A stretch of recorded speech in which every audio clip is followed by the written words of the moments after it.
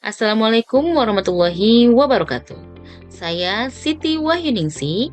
Hari ini akan membacakan materi tentang demokrasi pendidikan.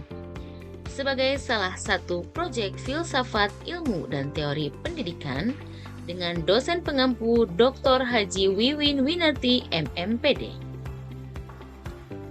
Yang pertama adalah hakikat demokrasi pendidikan, ditinjau dari filosofis.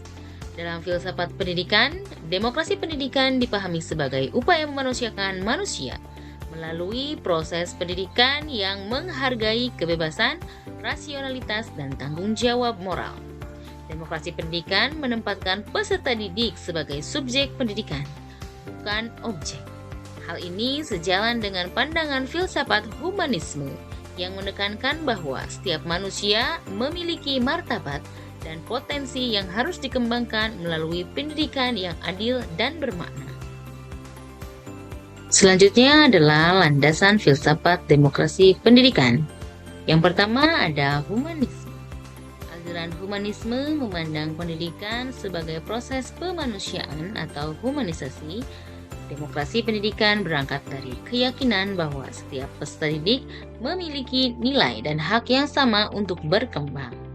Guru berperan sebagai pendamping yang membantu peserta didik mengaktualisasikan potensi dirinya. Selanjutnya adalah progresivisme. Dalam progresivisme, menurut John Dewey, pendidikan dipandang sebagai proses sosial yang demokratis. Sekolah adalah miniatur masyarakat, tempat peserta didik belajar, hidup bersama, berdiskusi, dan memecahkan masalah secara kolaboratif. Demokrasi pendidikan mendorong pembelajaran aktif, reflektif, dan berbasis pengalaman. Landasan selanjutnya adalah eksistensialisme, yaitu menekankan kebebasan memilih dan bertanggung jawab individu. Demokrasi pendidikan memberikan ruang bagi peserta didik untuk mengekspresikan pendapat, menentukan pilihan belajar, dan bertanggung jawab atas konsekuensinya. Selanjutnya ada filsafat pendidikan Pancasila. Dalam konteks Indonesia, demokrasi pendidikan berakar pada nilai-nilai Pancasila, khususnya sila kedua dan keempat.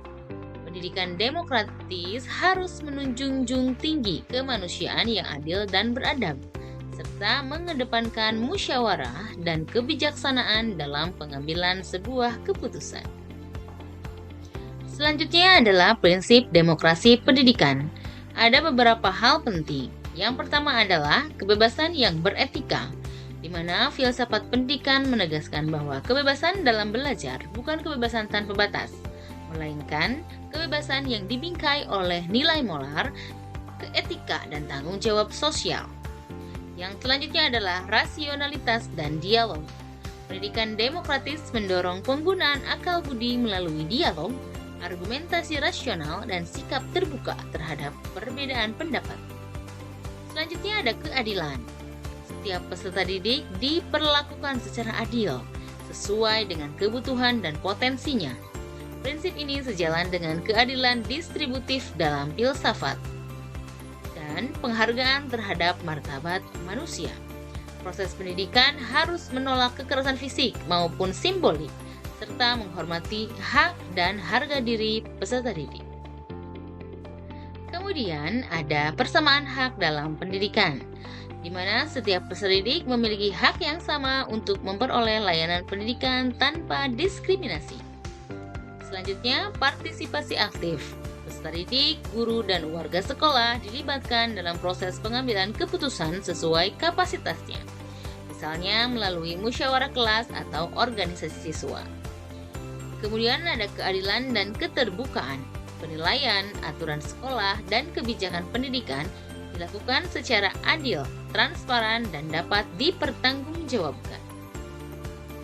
Adapun tujuan dari demokrasi pendidikan yaitu secara filosofis, demokrasi pendidikan bertujuan untuk membentuk manusia yang berpikir kritis dan reflektif, memiliki kesadaran moral dan tanggung jawab sosial, mampu hidup bersama secara dialogis dalam masyarakat plural, dan menjadi pribadi merdeka yang beretika.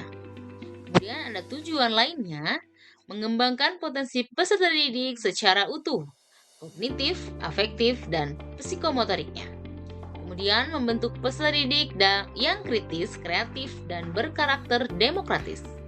Menumbuhkan sikap toleransi, tanggung jawab, dan kepedulian sosial, serta menciptakan iklim belajar yang aman, dialogis, dan partisipatif. Adapun bentuk penerapan demokrasi pendidikan di sekolah, ada beberapa aspek. Yang pertama, dalam proses pembelajaran. Guru memberi ruang dialog, diskusi, tanya jawab, dan menghargai pendapat siswa. Metode pembelajaran aktif seperti diskusi kelompok, problem-based learning, dan project-based learning mencerminkan nilai demokratis. Yang kedua adalah dalam pengelolaan kelas. Aturan kelas disusun bersama antara guru dan siswa melalui musyawarah, sehingga siswa merasa memiliki dan bertanggung jawab terhadap aturan tersebut. Yang ketiga adalah dalam manajemen sekolah. Sekolah membuka ruang partisipasi warga sekolah dan orang tua dalam pengambilan keputusan melalui komite sekolah atau forum musyawarah. Dan dalam penilaian.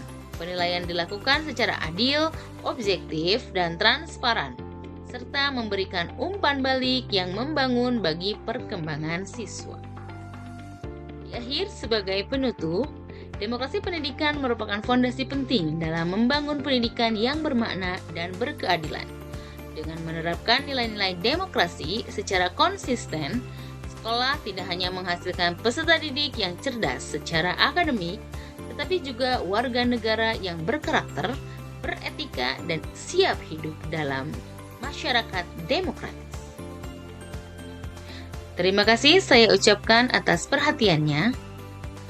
Kata penutup dari saya, dari kata menjadi karya, dan dari karya menjadi sebuah inspirasi. Terima kasih. Wassalamualaikum warahmatullahi wabarakatuh.